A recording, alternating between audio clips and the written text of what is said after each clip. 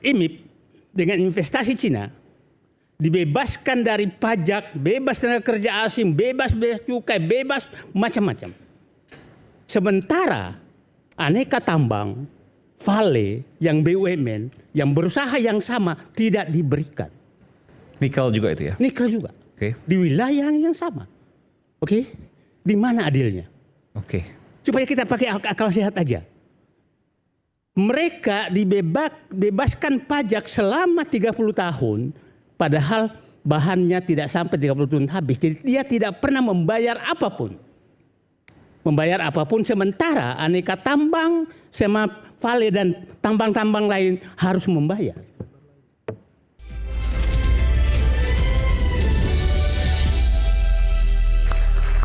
Di sini kita kehadiran satu Bung Afandi dan satu Bang Iwan ya. Bung Afandi ini boleh pakai mikrofon ya. Ini punya apa? Baik. Unit usaha dekat Ya, jadi saya ini Bandara Morowali, apa Bandara IMIP. Jadi saya ini Pak pelaku di sana. Pelaku apa? Pelaku usaha. Oke. Jadi saya tahu Punya persis. apa itu? Punya unit usaha di sana? Saya punya toko di sana. Toko, oke. Toko alat-alat pertukangan, alat-alat teknik yang masuk ke Morowali Pak. Oke. Jadi jangan kita berpandangan bahwa barang itu bebas masuk. Nah ini yang saya perlu jelaskan. Pak Afandi menolak kalau ada data bebas masuk. Ya. Ya, tadi lewat kapal mereka katakan itu karyawan Mr. X itu. Jadi begini, apa yang dijelaskan oleh Mr. X itu salah besar, ya. Kondisi saat ini di Morowali itu ada bea cukai Pak, ada imigrasi, ada Brimob. Bukan hanya Mr. X, berarti Anda membantah pernyataan Pak Syafri. Itu di ini Pak, yang saya maksud itu di pelabuhan. Tapi di dalam itu Kan pelabuhannya ada di dalam komplek yang sama, Pak. bukan Pak.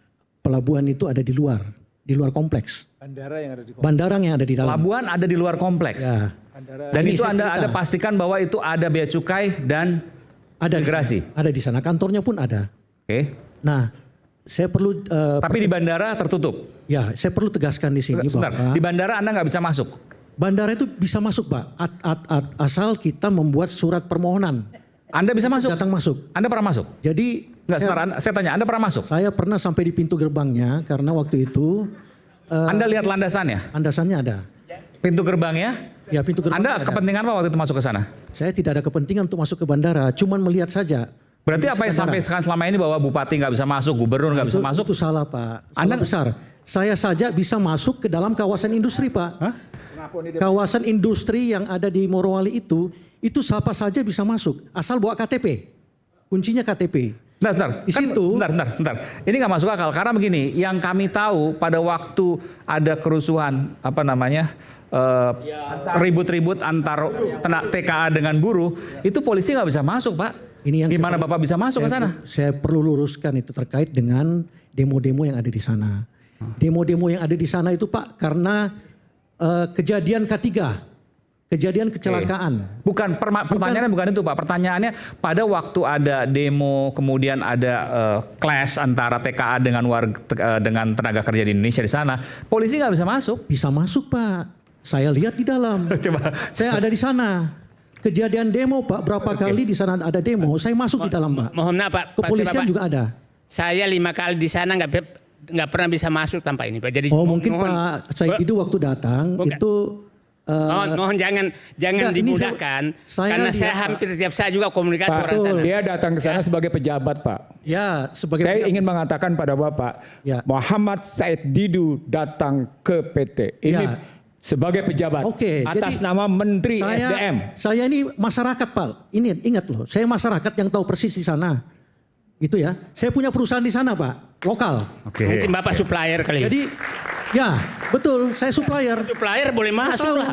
Saya tahu. Jadi jangan berpikir Oke, bahwa supplier. susah kita masuk Bapak ke dalam. supplier ke Ya, dalam. pengadaan. Oke, oh iya. Pengadaan. Oke. Jadi Oh, ini konflik interest kalau ternyata. jadi kalau nggak muji IMIP nanti kontraknya Bukan, bisa nggak bukan. dapat. Oh, Konflik tidak. interest ini.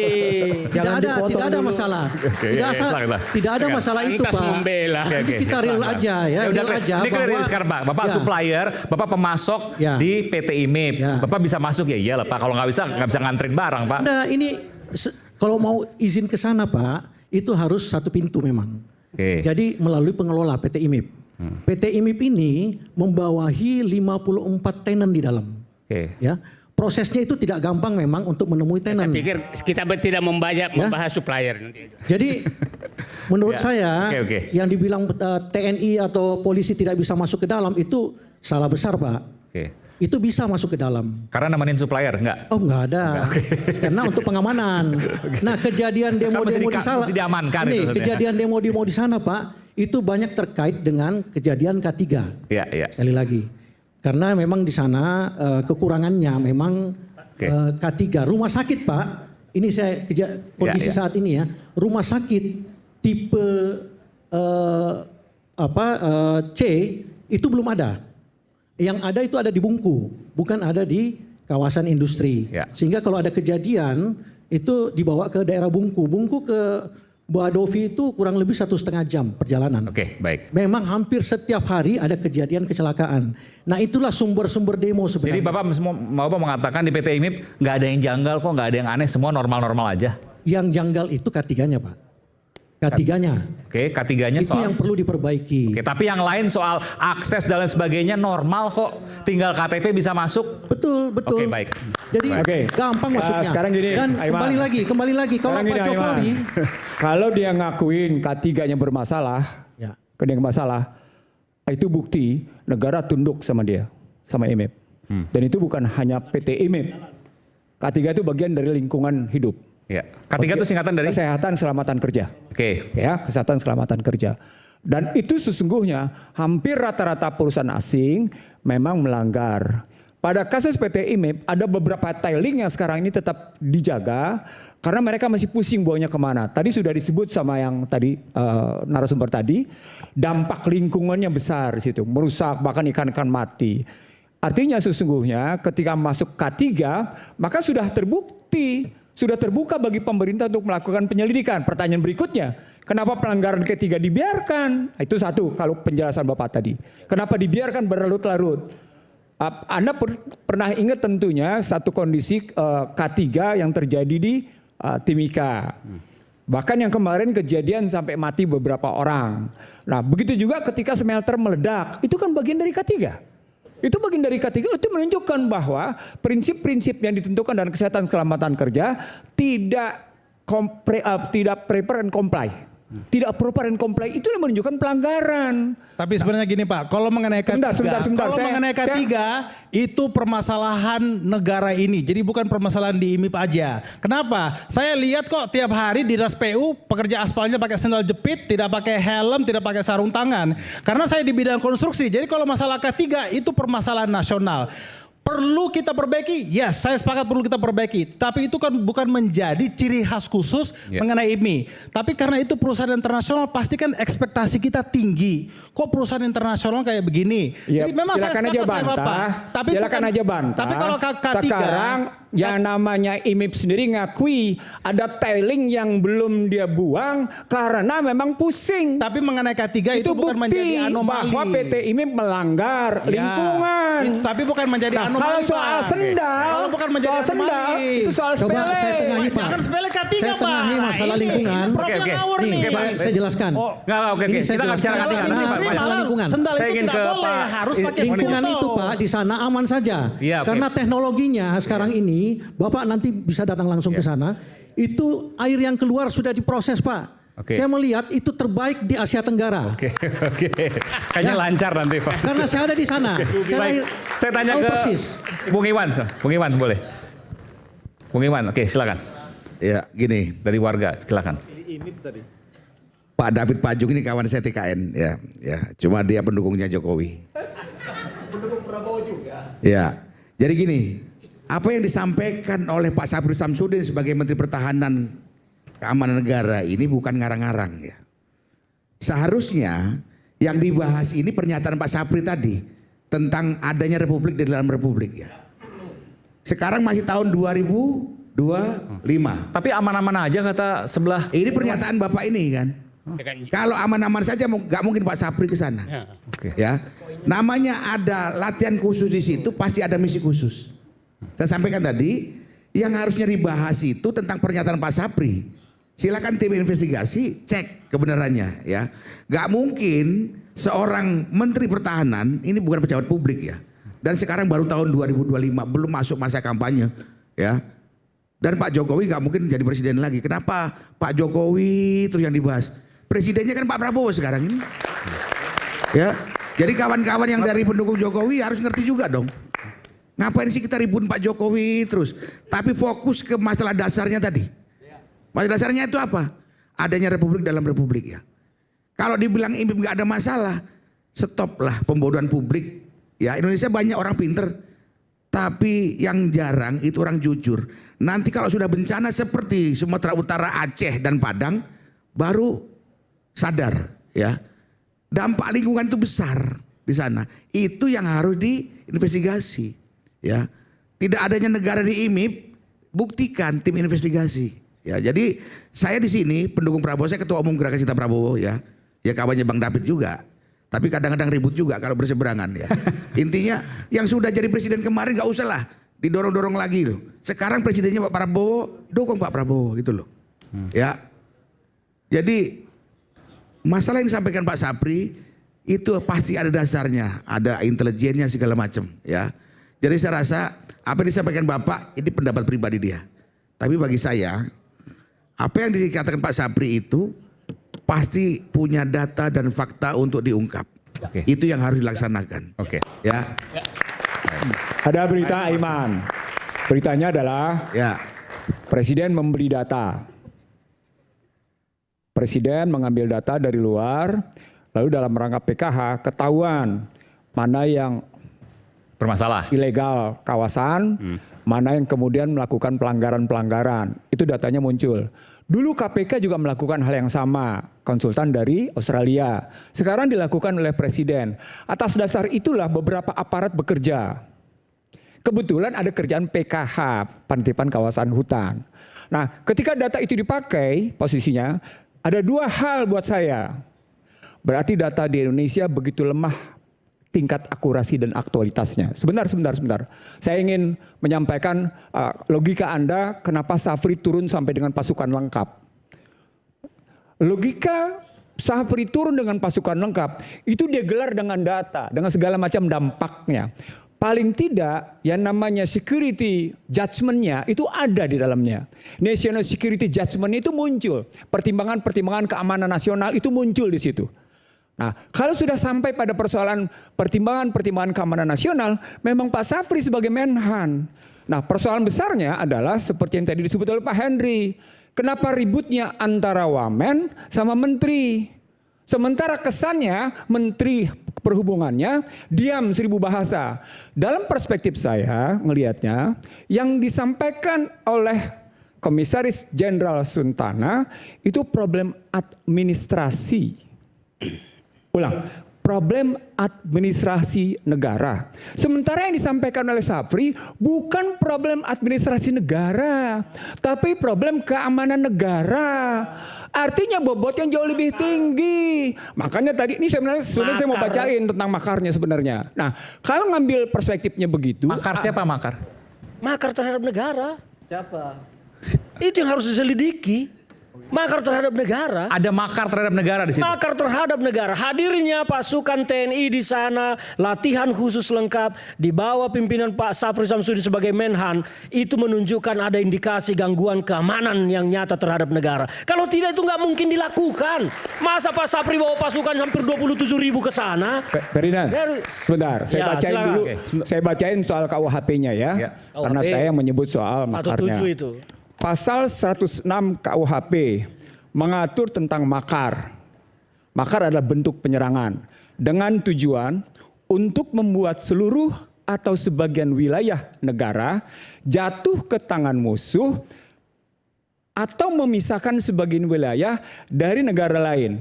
Pengakuan bupati dan pengakuan gubernur di DPR, khususnya pengakuan gubernur Sulawesi Tengah di DPR, ini udah nunjukin indikasi ini. Kalimat berikutnya. Memenuhi. Pelaku makar dengan niat tersebut diancam penjara dengan pidana penjara seumur hidup atau pidana penjara selama waktu tertentu.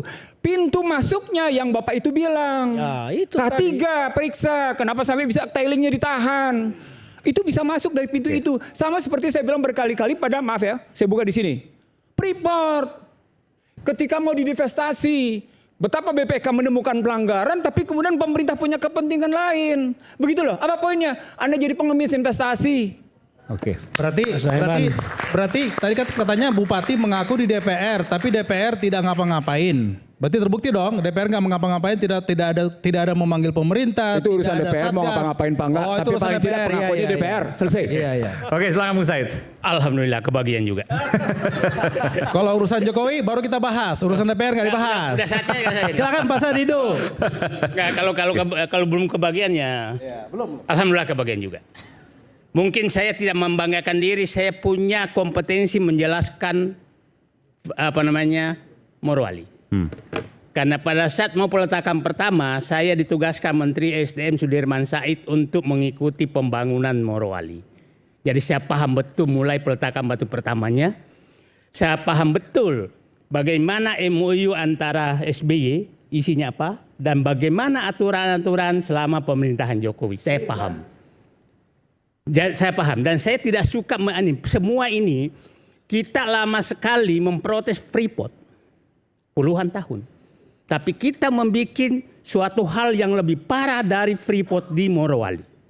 Lebih parah dari Lebih Freeport? parah. Oke. Apa parahnya? Saya menyatakan Morowali ini adalah pusat perampokan aset negara yang dilegalisasi oleh penguasa dan dilegalisasi oleh pemerintah dan DPR dan dilindungi oleh penguasa. Clear pernyataan saya. Boleh perampokan aset negara yang dilegalisasi oleh pemerintah dan DPR dan dilindungi oleh penguasa. Clear. Oke? Jangan memasukkan individu dulu lah. Karena siapa benar? Kenapa saya katakan demikian? Coba Bapak bayangkan, Bapak dan Ibu dan anak-anak muda bayangkan. IMIP dengan investasi Cina dibebaskan dari pajak, bebas tenaga kerja asing, bebas cukai, bebas macam-macam. Sementara aneka tambang, Vale yang BUMN yang berusaha yang sama tidak diberikan. Nikel juga itu ya? Nikel juga. Oke. Di wilayah yang sama. Oke? Di mana adilnya? Oke. Supaya kita pakai akal sehat aja. Mereka dibebaskan pajak selama 30 tahun. Padahal bahannya tidak sampai 30 tahun habis. Jadi dia tidak pernah membayar apapun. Membayar apapun sementara aneka tambang sama Vale dan tambang-tambang lain harus membayar. Terus akal sehat kita mengakui bahwa itu tidak lebih parah dari Freeport. Freeport selalu membayar. Tidak ada bebas bea, tidak ada bebas apa. Ini lebih parah. Oke? Nah, saya tidak membaca individu. Siapapun yang ini parah. Sangat parah. Nah, supaya publik paham, kalau ore itu tanah yang mengandung nikel, dibawa ke aneka tambang, dibawa ke Vale, maka bayar royaltinya itu sesuai hasil olahan. Maka royaltinya lebih mahal. Karena harganya sudah naik. Tapi kalau masuk ke IMIP, yang tadi juru bicaranya IMIP itu. Rekanan. Kalau masuk ke IMIP, maka hanya dihitung dari tanahnya. Karena pada saat masuk komplek IMIP, itu sudah negara lain. Itu sudah negara lain. Karena memang kawasan berikat. Nah, negara lain akhirnya jadi perusahaan ini tidak pernah membayar apapun ke negara karena yang membayar royalti itu adalah pemilik ore. Itu surga apalagi yang diberikan kepada perusahaan ini? Tidak pernah membayar ke negara. Tidak pernah membayar apapun. Ke negara. Nah, ke negara. Coba bayangkan pembangkit listriknya yang sangat besar yang dipuji-puji tadi, 65 megawatt. Coba pakai batu bara subsidi. Bahan bakarnya batu bara subsidi. Karena memang undang-undangnya bahwa kalau itu pembangkit itu subsidi. Nah, terus apa yang saya harapkan dari mereka? Mohon maaf Pak, tadi saya ke sana itu baru peletakan batu pertama 2015. Saya saat itu di Kendari ditelepon Pak Sudirman Said, Pak Id, tolong ke sana karena ini presiden minta ini perhatian khusus pembangunan smelter Morowali. Oke. saya dijemput helikopter di Kendari karena belum ada jetinya segala ke sana. Apa yang saya temukan di sana? Saya pada saat itu saya sebagai ketua telah smelter nasional. Jadi semua smelter itu harus lewat saya. Harus lewat saya. Tim nasional penelahan smelter nasional. Kok ada smelter yang dibangun tanpa tahu saya? Terus saya cek. Kebetulan di rootnya tuh bekas dirjen perindustrian. Lu sebagai apa di sini? Karena lebih junior dari saya. Maksudnya saya lebih pejabat lebih senior dari dia. Di rootnya mantan Dirjen Dirutnya Perindustrian, mantan Dirjen Perindustrian. Kementerian Perindustrian RI. Oke. Saya di root. Ini izinnya apa ini? Izin smelter dari mana? Dari Kementerian Perindustrian. Ya. Itu perselingkuhan izin. Gimana Bukan Kementerian Gimana SD. penjelasannya? Nah begini. Kan begini. Ya. Smelter itu baru boleh dibangun apabila ada IUP-nya. Izin usaha? Ada izin usaha pertambangan, ada tambang di belakangnya. Oke. Ini enggak ada tambangnya, Tapi smelter ada. tapi dibangun smelter. Buat apa? Iya, nah, dengar dulu. Setelah itulah muncul rekayasa kebijakan agar ini tercapai. Nah tentang bandara tadi, pada saat 2019 sudah ngomong ke saya, Pak, bisa nggak saya dibantu membangun bandara khusus? Nanti saya bahas lagi. Jadi kalau mau kamu berjalannya saya Morowali, saya Februari kemarin, Maret kemarin masih ke sana lagi, masuk Pak. Saya. Enggak smelter, kita belum tahu, mungkin banyak orang belum tahu. Ya. Ada smelter tapi nggak ada tambangnya. Untuk Nggak ada apa? tambangnya. Sampai sekarang? Enggak, udah sekarang sama. Tapi smelter sedikit, duluan. Ada sedikit. Nah, Oke. Itu untuk apa? Kan janggal. kan begini. Smelter itu pengolahan ya? Oke. Inilah dirancang kebijakan. Saya tanya begitu, kenapa kau bangun smelter nggak ada tambangnya? Tenang aja bang, nanti akan keluar peraturan larang ekspor. Jadi dia sudah merencanakan bahwa ini pasti akan ke sana semua. Regulasinya diubah. Regulasinya itulah karena masyarakat menyatakan perampokan yang dilegalisir. Jadi regulasi diubah hanya untuk menguntungkan Nah, Cina. bisa saja. Nah, pada saat selesai jadi semua smelternya baru ditutup semua ekspor ore. Akhirnya coba kalau mohon maaf, Bentar. Ini supaya paham, karena mungkin nggak semua paham. Smelter dibangun, nggak ada tambangnya. Ya. Kan bayangannya tambang itu diolah di smelter itu. Ya. Tapi tambang yang nggak ada smelternya, ya, smelternya udah dibangun. Ya. Nah ternyata ini untuk mengolah smelter orang. nikel-nikel yang lain. Ya, Diolah di sini Ya. dengan cara mengubah regulasi. ya. Nah, itulah kenapa kalau dengarkan isu, Dan kalau sekarang ada tambang di IMIP itu, tapi sebenarnya tidak sebesar smelternya. Ya. Kapasitasnya beda, nggak nyambung tuh. Jadi yang lain pintu ekspornya ditutup supaya masuk ke smelter milik Cina itu. Oke. Nah, Oke. setelah itu saya bilang ceritanya. Di pembangunan smelter ini ada bintang 8. Tapi yang punya IMIP bintang-bintang juga. Punya IUP. Akhirnya kerjasama bintang sebenarnya antara pemilik smelter dengan pemilik IUP. Itulah kenapa IUP banyak sekali bertebaran dan kita tahu semua siapa pemiliknya. Nah, inilah saya katakan legalisasi Siapa pemiliknya? perampokan. Ya Pak, di belakangnya kita tahu semua lah. Penguasa-penguasa. Bintang-bintang juga. Oke. Itulah kenapa Presiden Prabowo teriak di DPR, hai para bintang, jangan lagi melindungi penambang. Bahkan kemarin baru berteriak juga, saya akan Ya, sikat pencuri uang rakyat. Kalian suka nggak kalau saya sikat maling-maling itu? Ya. Itu ada kaitan ke sini? ada. Nah, saya Ada. masuk gini. Ada. Yang baru disampaikan di Ada. Sumatera kemarin, Ya. di Sumatera Barat. Ya, ada. Oke. Nah, coba lihat. Nah, kita masuk. Jadi Pak Prabowo mengatakan kalian suka nggak kalau saya sikat maling-maling itu? Ada kaitan dengan ini? Ada. Dan itu sedang dilaksanakan oleh Syafri Samsudin. Syafri Samsudin muncul tuh bukan sebagai Menteri Pertahanan loh. Sebagai Ketua Harian Dewan Pertahanan Nasional. Ketuanya Presiden Prabowo. Nah, yang diperjuangkan Pak Syafri bukan kedaulatan pertahanan, kedaulatan ekonomi. Jadi datangnya dia ke Bangka Belitung, operasi militer tanda kutip 41.000 tentara di sana, Ya. itu operasi kedaulatan ekonomi, bukan kedaulatan pertahanan. Datangnya ke Morowali, dia akan menyatakan kedaulatan ekonomi. Nah, kedaulatan ekonomi. Jadi tolong dilihat ini, bapak-bapak dan anak muda sekarang. Sekarang Prabowo sedang berperang mempertahankan kedaulatan ekonomi. Dan itu kita harus dukung karena memang ekonomi ini sudah dirampok oleh mereka. Nah, jadi Bentar, kalau seandainya ini terjadi tadi ada smelter, terus kemudian nikel-nikel itu dipaksa karena regulasi diubah kan, dipaksa untuk diolah di smelter itu yang untung Cina. jelas. Saya cerita begini. Pada saat masuk ke sini, saya mengutip pernyataan Luhut Binsar Panjaitan bahwa kita ramah investasi. Oke, setuju. Sayangnya dia mengkasih contoh bahwa IMIP dikasih bandara karena mau bersaing dengan Vietnam dan Thailand. Padahal dua negara ini nggak punya nikel. Kan dia mau ngejar nikel. Sementara dia kasih contoh negara itu. Nah, sekarang begini. Investasi itu contohnya kalau umpamanya, saya ulangi lagi tadi. Kenapa Antam tidak dikasih bebas pajak, kenapa bebas bea? Kenapa anak kecil baru datang ini tahu dikasih bebas pajak, bebas bea?